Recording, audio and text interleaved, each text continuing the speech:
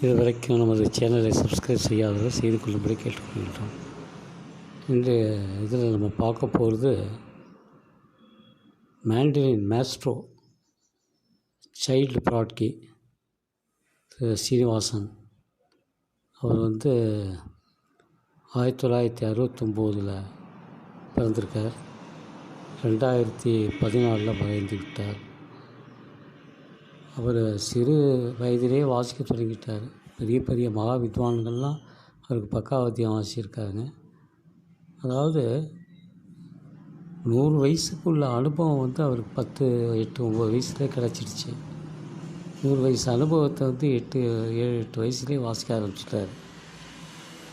அவர் தனக்குன்னு ஒரு பாணியை நிர்ணயம் பண்ணி மேட்ச்லெஸ் மேன் அப்படிங்கிற மாதிரி ஒரு பெரிய ஒரு ட்ரமெண்டஸாக வாசிக்க ஆரம்பித்து ரொம்ப சுப்பீரியர் லெவலில் வாசிக்க ஆரம்பிச்சிட்டார். இசை உலகம் உள்ள அளவு இவரை மறக்க முடியாது. அப்பேற்பட்ட சிறந்த கலைஞர் ஆவார். ரொம்ப சிறு பிராயத்திலே அவர் மறைஞ்சிட்டார்.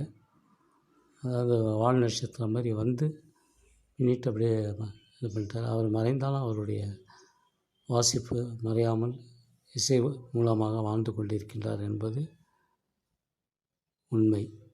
நாம் அனைவரும் அறிந்ததே.